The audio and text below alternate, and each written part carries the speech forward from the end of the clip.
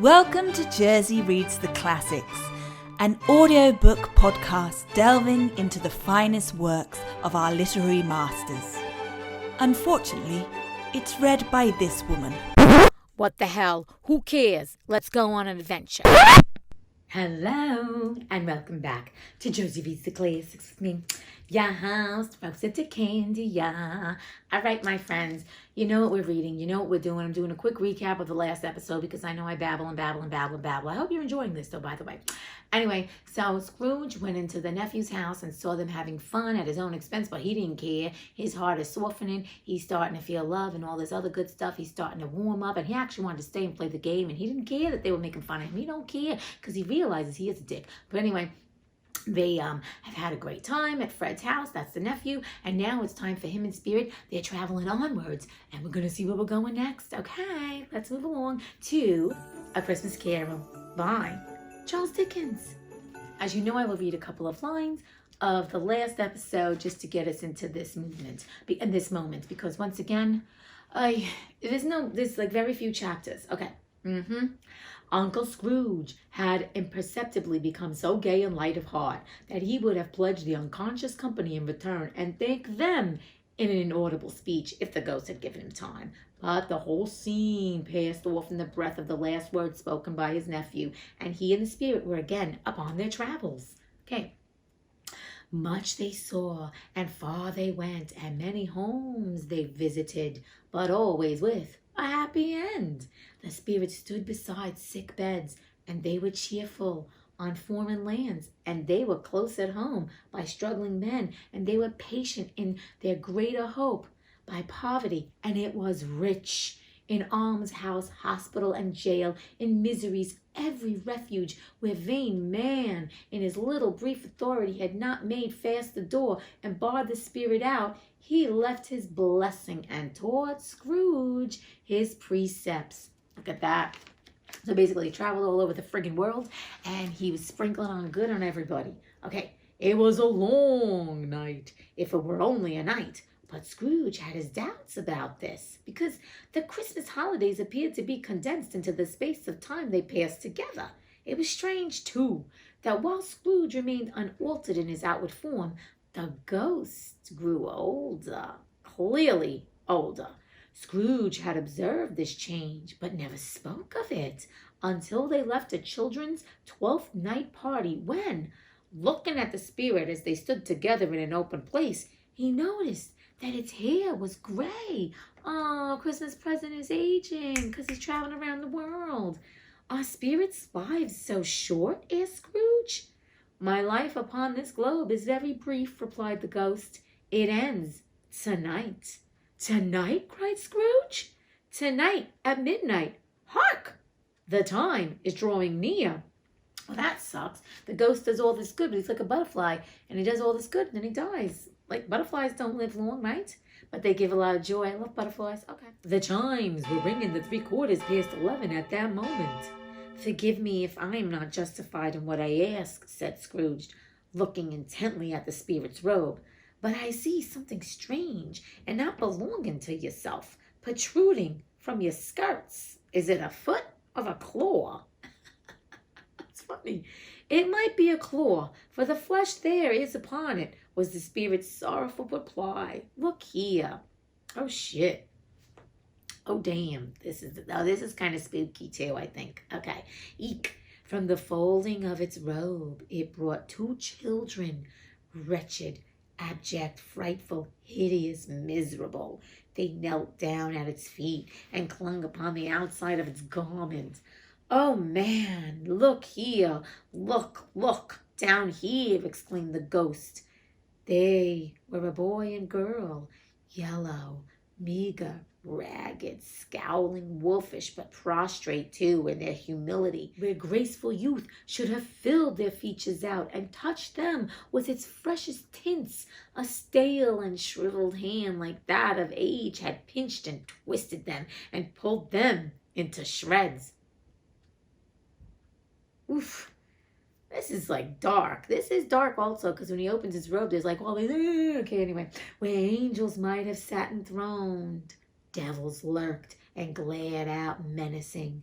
No change, no degradation, no perversion of humanity in any grade through all the mysteries of wonderful creation has monsters half so horrible and dread.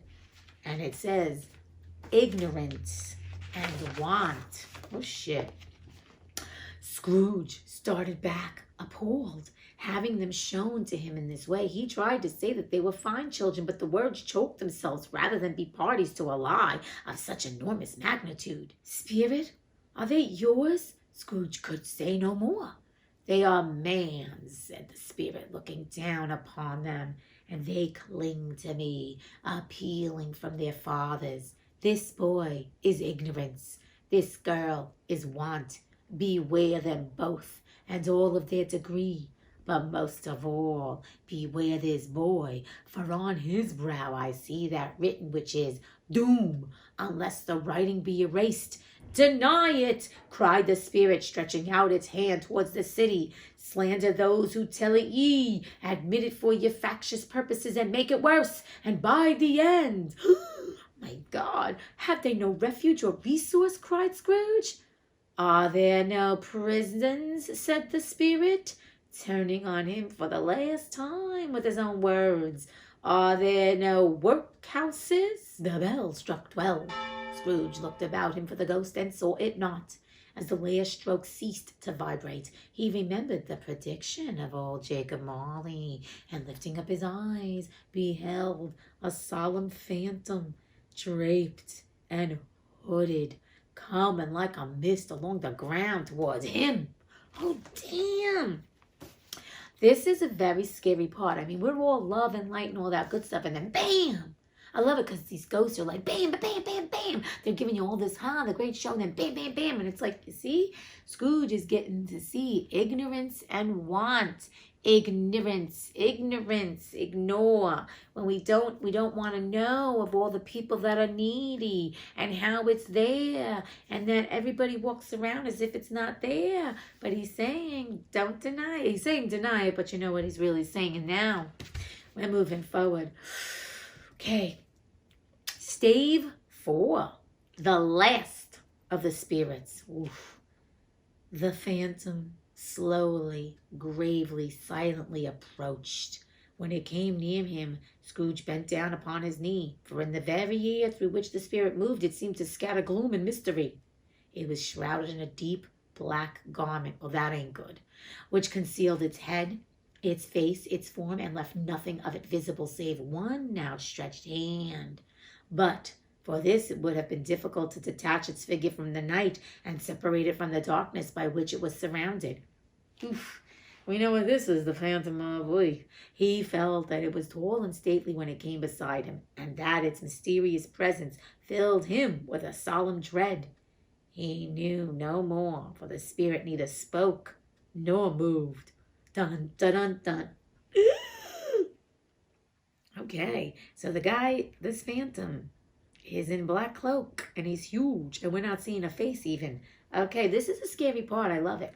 I am in the presence of the ghost of Christmas yet to come, said Scrooge. The spirit answered not, but pointed onward with its hand. You are about to show me shadows of the things that have not happened, but will happen in the time before us, Scrooge pursued. Is that so, spirit? Okay. The upper portion of the garment was contracted for an instant in its folds, as if the spirit had inclined its head. That was the only answer he received.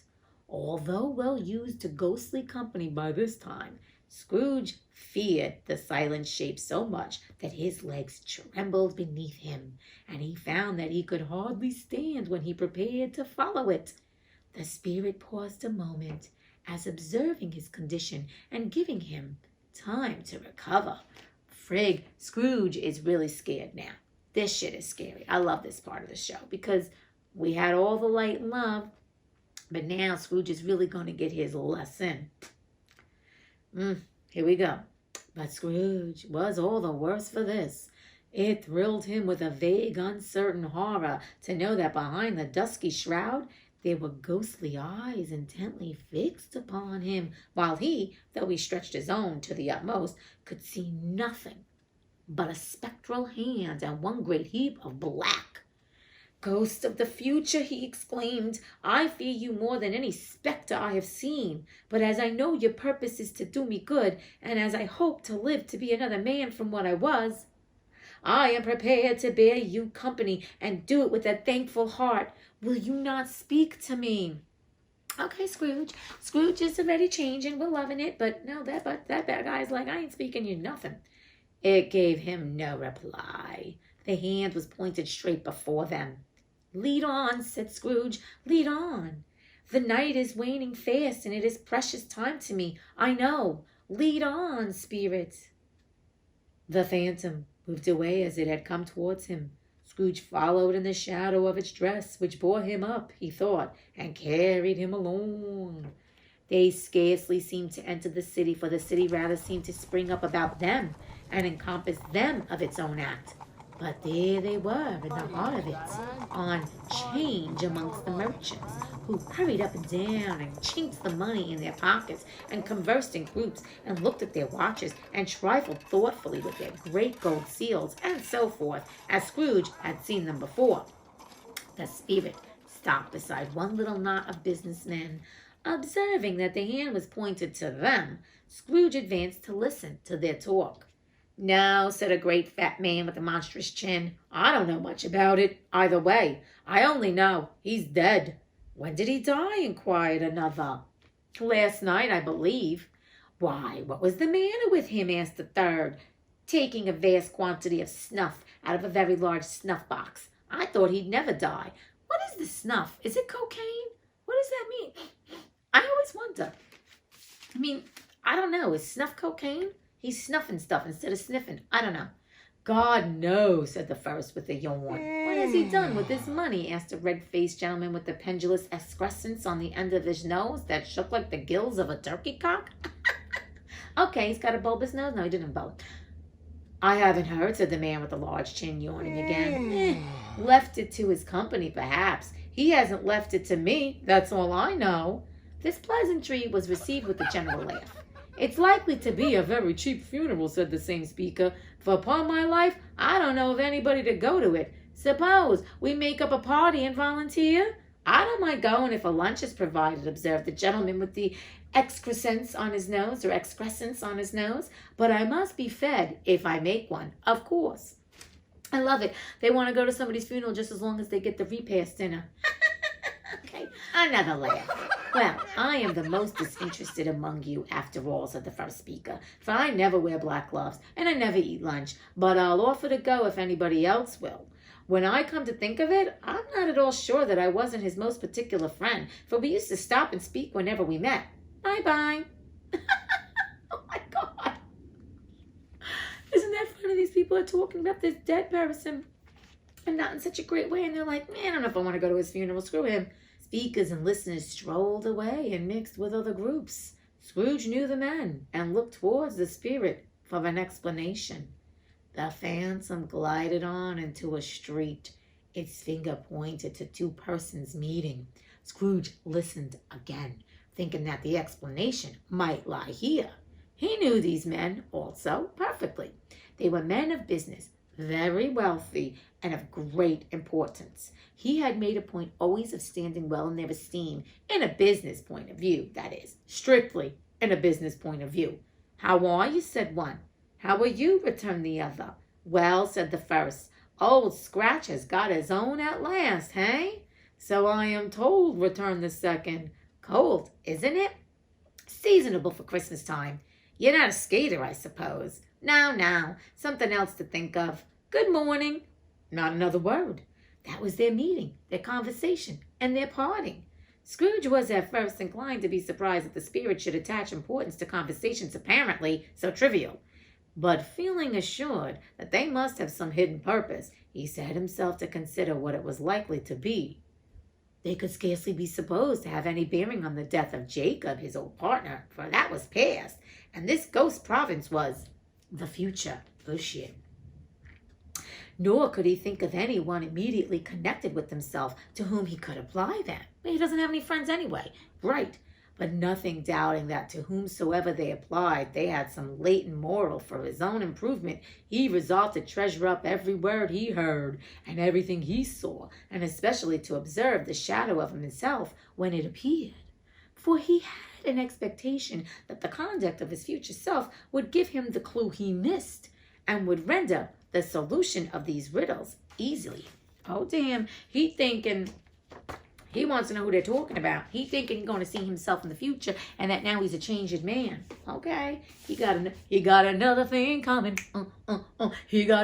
Scrooge got another thing coming because he's Scrooged. He is Scrooged. He looked about in that very place for his own image. But another man stood in his accustomed corner, and though the clock pointed to his usual time of day for being there, he saw no likeness of himself among the multitudes that poured in through the porch. It gave him little surprise, however, for he had been revolving in his mind a change of life, and thought and hoped he saw his newborn resolutions carried out in this. Lovett still has hope that he's going to show up on the scene and find out who the hell died and who they're talking about. Quiet and dark, beside him stood the phantom with its outstretched hands. When he roused himself from his thoughtful quest, he fancied from the turn of the hand and its situation in reference to himself that the unseen eyes were looking at him keenly. It made him shudder and feel very cold. They left the busy scene and went into an obscure part of the town where Scrooge had never penetrated before, although he recognized its situation and its bad repute. The ways were foul and narrow, the shops and houses wretched, the people half-naked, drunk, and slipshod, ugly. Alleys and archways, like so many cesspools, disgorged their offenses of smell and dirt, and life upon the straggling streets, and the whole quarter reeked with crime, with filth and misery. Good Lord, I don't want to go there. This is a very scary chapter, but it's the future, okay? Far in this den of infamous resort, there was a low-browed beetling shop below a penthouse roof where iron, old rags, bottles, bones, and greasy offal were brought. Upon the floor within were piled up heaps of rusty keys, nails, chains, hinges, files, scales, weights, and refuse iron of all kinds. Secrets that few would like to scrutinize were bred and hidden in the mountains of unseemly rags, masses of corrupted fat, and sepulchres of bones. Sitting in among the wares he dealt in, by a charcoal stove made of old bricks, was a gray-haired rascal, nearly 70 years of age, who had screened himself from the cold air without by a frowsy curtaining of miscellaneous tatters hung upon a line, and smoked his pipe in all the luxury of calm retirement. A good revolt. Scrooge and the Phantom came into the presence of this man, just as a woman with heavy bundles slunk into the shop. But she had scarcely entered when another woman, similarly laden, came in too, and she was closely followed by a man in faded black, who was no less startled by the sight of them than they had been upon the recognition of each other. After a short period of blank astonishment, in which the old man with the pipe had joined them, they all three burst into a laugh. I'm stopping there. I want to stop there. I just think it's good to stop there because you know what? I'm going to leave you in suspense. That's the point. I'm leaving all your bitches in suspense. So let's think about this. Now we're in the future. And now people are talking really terribly about somebody who is dead. And Scrooge is like, what the hell's going on? Now they're in this warehouse where people have crap and it's like homeless people, whatever they're doing. And we don't know who they're talking about, his friends, his business friends. But we have an inkling. If you've seen the show, you know. But I'm not going to tell you because you know what? If you haven't seen the show and you never read the book, you don't know. But Scrooge has not shown up. Let's put it that way. He's still expecting to see himself. So I really don't know how much woo-woo is in this because to be quite frank with you, we just know that so far, Scrooge has become a changed man. But even though Scrooge now has spent time with spirits and everything, right? He now is scared shitless. He is shitting a brick.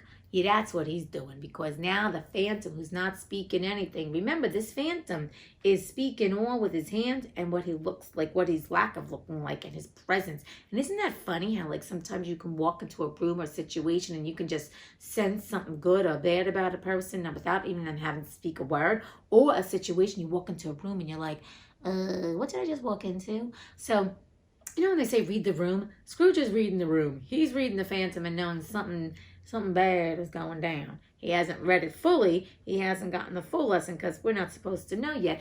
But you know what? A little woo-woo could be, when you do enter a room or a conversation or a situation, you're like, oh no, this ain't going good. And that's where they say read the room. So it's about energy, right? And the Phantom doesn't even have to say anything to scare the shit out of Scrooge. Same thing like people that we know or situations. We can just walk into somewhere and be like, this is not good. And so, you know what? Think of the times when you walked into a room and it felt really great and you're like, oh my God, this is going to be a great night. Or you walked into a situation, whether it's a job situation or even a party, and like, oh my God, there's a darkness in the air. I don't even want to be here. This sucks. Oh my God. And I think it's important. That's like really kind of understanding that the truth of the matter is we're energy, like atmosphere, like people's energy comes together, whether it's one person or 20 people in a room, you can feel that shit. So just going to remind you and encourage you that whatever you're putting out there, people are picking up. And vice versa, right? So my encouragement to you is next time you go out, put yourself in a good place. Like I'm just saying, talk to yourself and like, you know what? I know that we can't do big social gatherings, but sometimes we think when we go into a situation, like we're like, oh, well, that was just a terrible situation. What did you bring to the conversation of the situation? Did you walk in with good energy? Did you walk in with bad energy? Now, it doesn't have to be all on you, but my thing is, if you notice sometimes you're in a situation which is sucking, try to, regroup yourself and go in the bathroom, wherever you need to go to move yourself in the situation and put yourself in like, you know what? I'm going to change my energy. I'm not going to give in to this crappy negative energy that I'm feeling around me. And I'm going to flip that switch. And you see how you flip the switch because one person can make a difference in a room. You can. So I'm just going to encourage you to always find the light in yourself. And also think about times where you've been somewhere and everybody's been downtrodden or sucky. And then someone's walked in who's like a bright light, who brings this big personality or just has this way about them that suddenly alleviates and releases the tension and makes everything great. So, you know what? That's just an observation. So that's what I think I'm getting from that today from the woo-woo. Like I said, in this book, I don't want to go too much into the woo-woo because we kind of know what's happening here. It's about the journey of self. It's about changing within and doing the work and seeing our flaws, not being guilted and ashamed, but it's never too late to become the person you want to be the person you know that you are already. And also, you know what? To understand that there is forgiveness for those in your life that have hurt you and to always send them light and love. That's a big thing, sending them light and love because everybody around Scrooge has still toasted to him. Bob Cratchit, Fred, his nephew, people still send him light and love, even though we think he doesn't deserve it. But it's usually the people that are the nastiest, the most evil, that we think are so evil and dark. They're the ones that need the most love. So on that note, I hope you are staying healthy and blessed and safe and sane. And I hope right now, right here, that you are feeling some Christmas spirit or just some spirit at all of holidayness. I know things are not normal and things are changing constantly for each and every one of us every moment of the day. But please know I am sending you tons of light and love and peace and joy and bliss and magic and fairy dust and also abundance and prosperity. And what I send to you, I receive gladly and gratefully, knowing that right here, right now, you are worthy, you are enough, you are loved, and someone is thinking about you as I say this. And my friends, how do we always end this? How does it end? End until we read again. All right. Peace.